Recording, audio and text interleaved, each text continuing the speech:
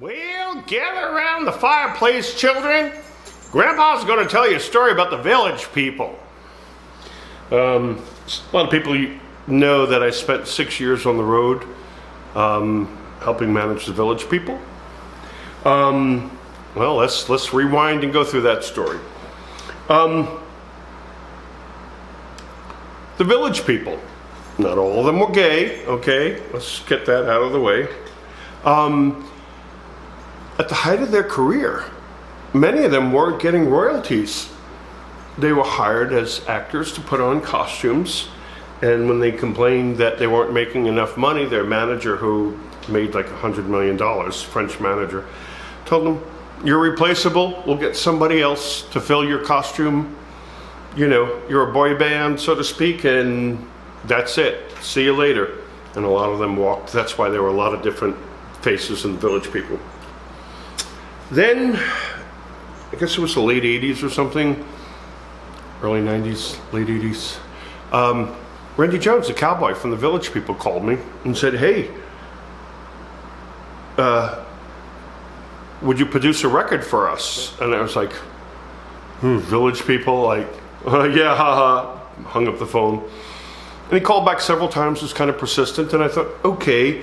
They were playing at Spectrum's in Brooklyn, which is where it used to be 2001 Odyssey, where they filmed Saturday Night Fever, and I happened to know the owner.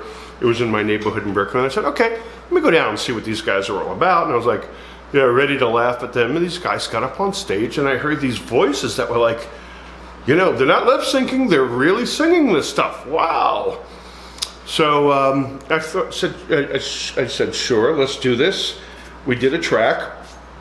And then Randy called me back a couple of weeks later and said, "Do you know anybody who wants to go on the road and be a manager, collect the money, you know, do all the business on the road?" And I went, "Well, what does it pay?" And I think it was like $1,000 or $2,000 a week. All your airfare, all your food, all your hotel accommodations, everything is covered. And I went, "Yeah, I'll do it." He goes, "You'll do it?" I said, "Yeah." And I said, "I'll tell you what, those tapes that you're using to sing behind, they were basically what we call needle drops. They got to the B-sides of the instrumentals and they edited them together, and they were basically singing to the old tracks." And I said, no, let's clean this up. Let's do newer versions. Let's spice up what you have. And I basically worked on the show with them. When I started with Village People, they were getting $1,500. When I finished with Village People, they were getting $35,000 to do more or less the same show. So it was a big jump, and we cleaned that show up, and you know, it was really, really, really, really great. They did hour and a half long shows. We went to Australia several times. I remember one time we went to Iceland. It was in the middle of February. The sun came up at 10 o'clock in the morning and went down at 2 or 3 o'clock in the afternoon. There was like barely any sun. It was the highest levels of alcoholism and suicide in the world at that time. It was completely insane. We fell asleep. We woke up the next day, and the snow was literally over the first story window. And you know, they had snowplows and dug it out, but the plane couldn't land. I remember when the plane landed, it was like The Shining, not The Shining, like John Carpenter's The Thing, because there was no runway. There were just poles showing where the runway was underneath the deep snow. So we played a club there, and it's funny, there was no gay bar. We didn't play gay bars, we played mostly straight clubs. We played from tiny little clubs to, I remember we did the rugby finals at halftime show, like football halftime, at Sydney Stadium in front of 80,000 people. You know, so we went from tiny little clubs to massive stadiums when we toured around the world. I mean, I got to see places that I never saw before.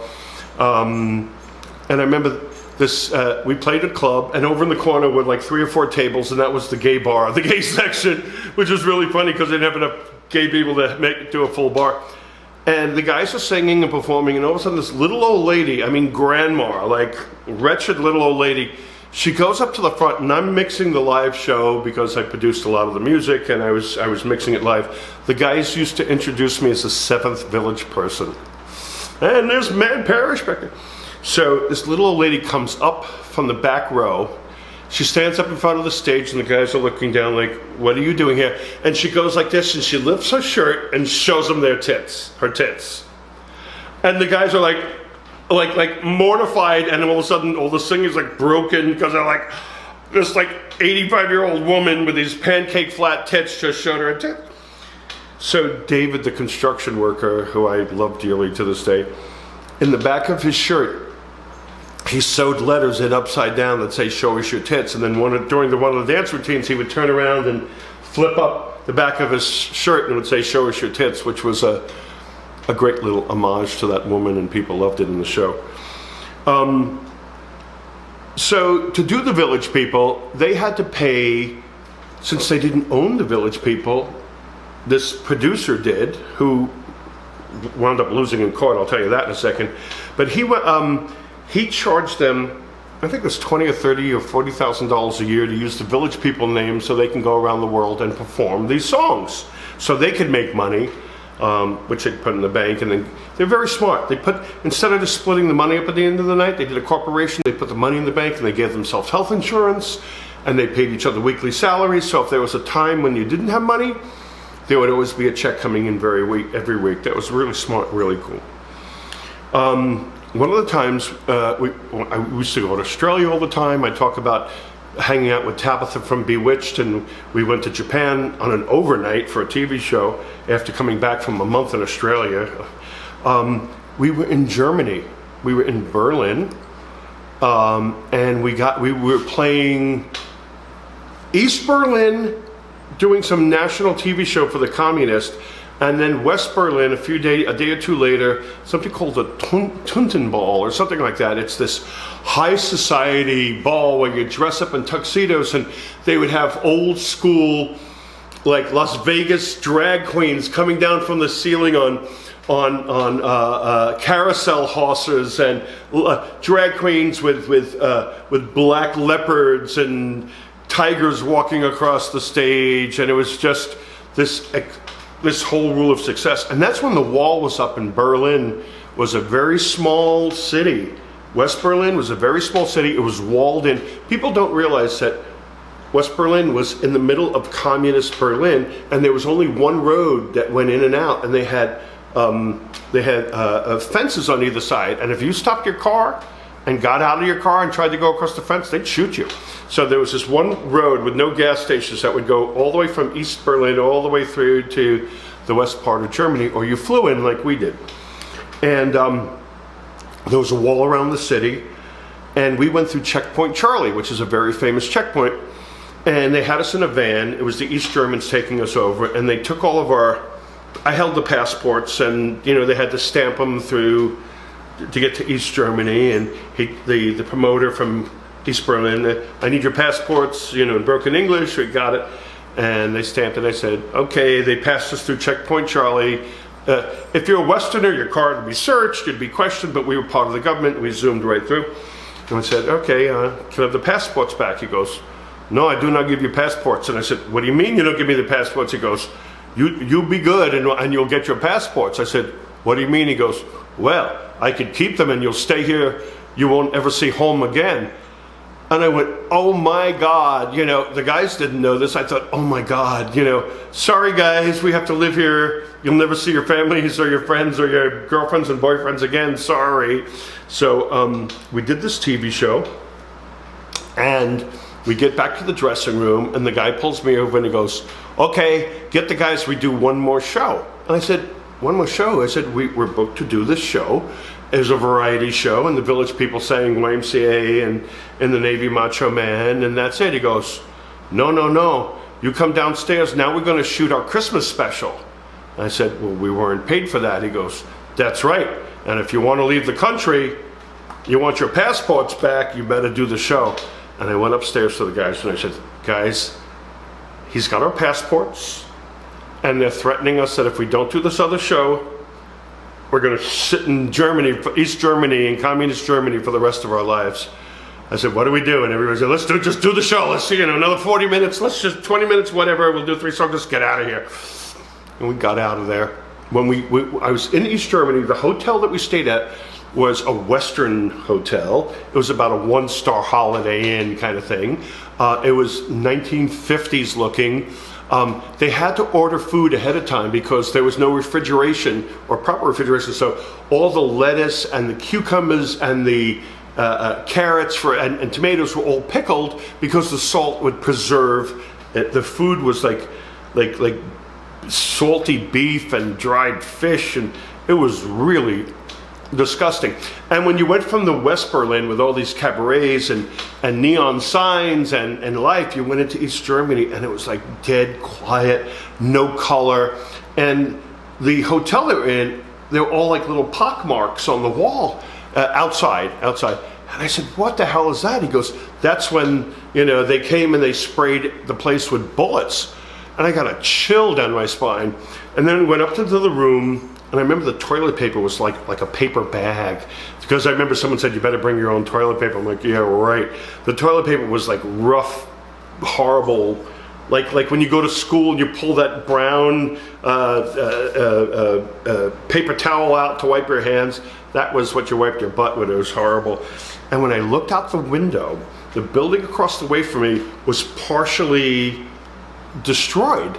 But in the part where the other part they were standing, people were living there. So the lights were on, and then like the next apartment over was like crumbled down to the floor, unless like somebody bombed out the side of the building. We were told we couldn't leave. Don't leave the hotel. If you did, don't talk to anybody, any of the East Berliners. If you did, we'd be in trouble. I remember when we did the show, I had to bring. I think we had stuff both on digital audio tape DAT and on CD, because not everybody had a digital audio player, which I carried. It was like a Walkman, a digital audio player, very first Sony DAT machine.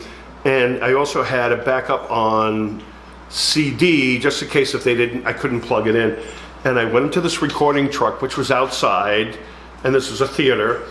And the guys there flipped out. They heard of the Sony portable Walkman, but they never saw it before.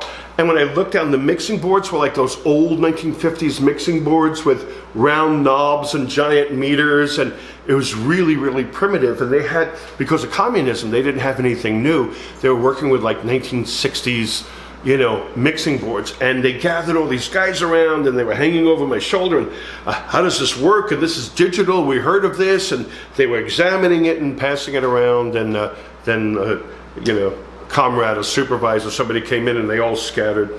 We did the show. We went back to West Berlin. I think we had a day off. I walked around Berlin a little bit. I saw the wall, pretty incredible. And the night we were supposed to do the Totenball, it was, I think we got left around 8 o'clock for a 10 o'clock show. Around 7 o'clock I hear, buddy, it's okay. My dog. There was something going on, and I went out on the balcony in Berlin to see what's going on, and it was like it's right by, we stayed in a hotel right by where the famous church is, that burnt out church in West Berlin. We were like just right on the same block or right next to it. And all these people were walking, protesting. A crowd was pushing up one side of the street. I have video of it somewhere, not on YouTube. And the cops were pushing back, and they were writing because the wall was coming down. And I thought, oh my God, how's the bus going to pull up? Being a road manager, I'm not thinking that this is like a major piece of history where communism falls. I'm more worried, I was like Shirley Partridge on the bus, driving the bus with the Partridge Family. Shut up, sit down. That was me, all right? I was more worried about my boys and getting them to this thing than the fact that history was unfolding right under my nose. And I went downstairs to the lobby to figure out how we can get the tour bus around to get the guys on it. And they were hammering up plywood against the windows because they thought people were going to riot and break the windows. So they figured out they'd get the bus two blocks over, and we went out through the kitchen and then into a basement, and then came back up again carrying all the bags, and we went down this little narrow alleyway until we went 2 blocks down away from the crowds. And it was like a spy movie. We got to the corners and we were looking, and there were people all the way down here, and they were throwing stuff, and people here were starting to riot. And I was like, all right, come on, hurry up, quick. We went another block and we got into the bus, and we went and we did this Totenball, which is amazing. And the next day, I think we had a day off before we left, and the wall came down. And I left the hotel, and everybody's, the wall's coming down, the wall's coming down. And I went downstairs and I ran over to the Brandenburg Gate, which was right there. And Peter Jennings from ABC News was on a scaffolding, and all these news crews were there.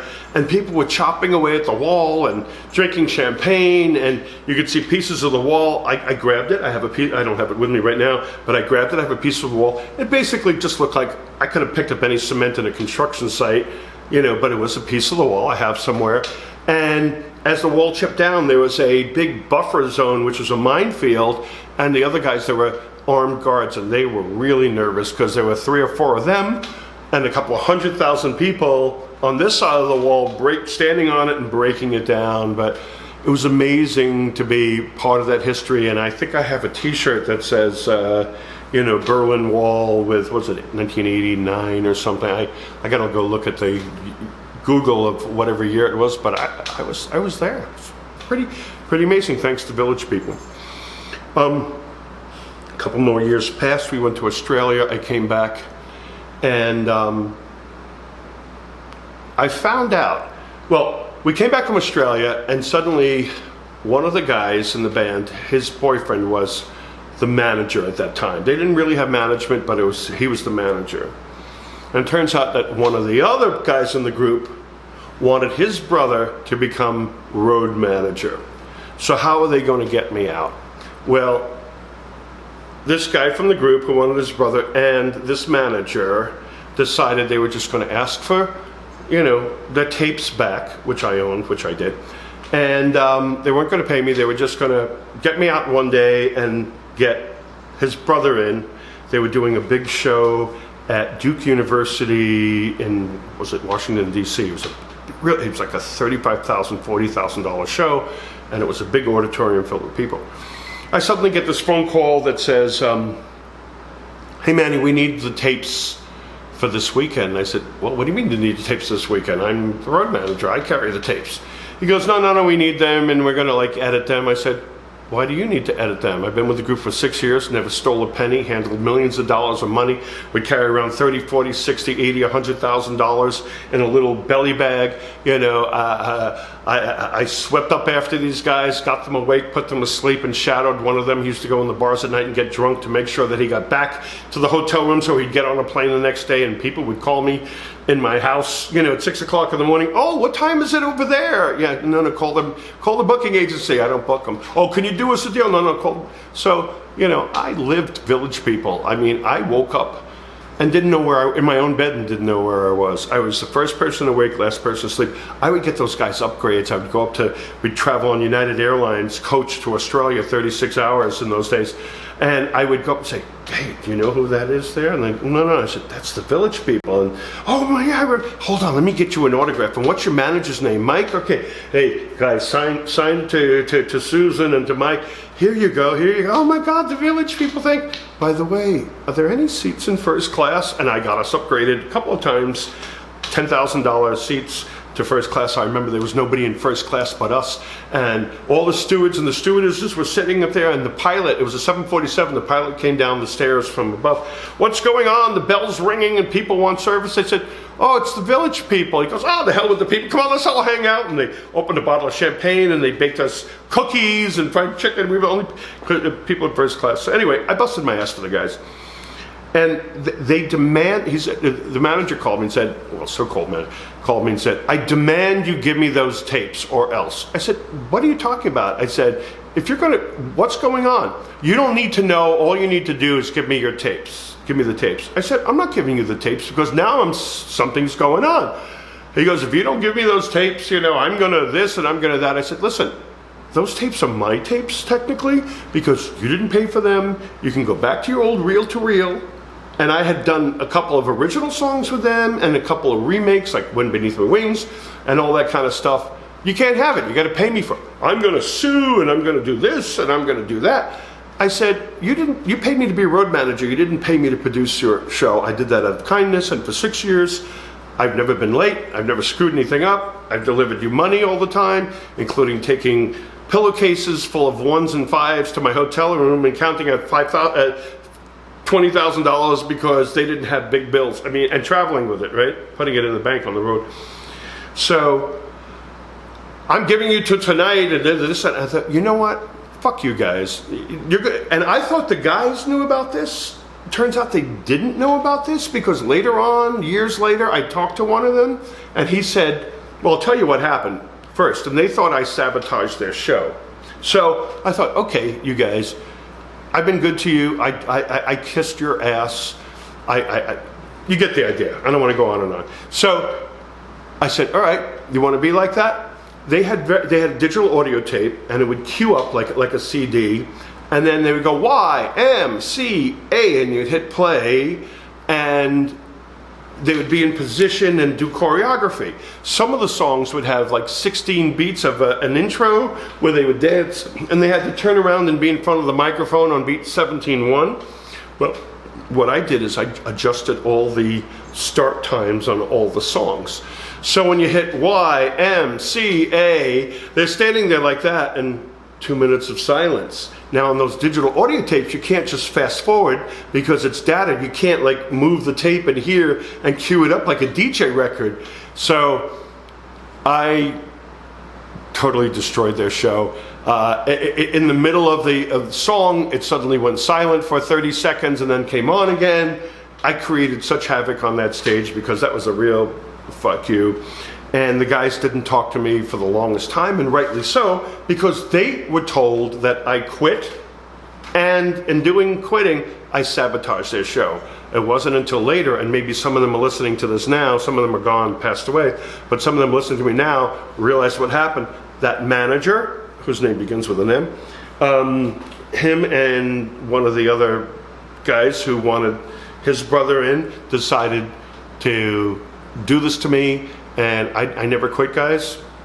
I never did. I never quit, and I did take revenge because I worked. I said, well, if you don't want me to work, give me this show. Let me finish my paycheck. And no, fuck you. It's, fuck you.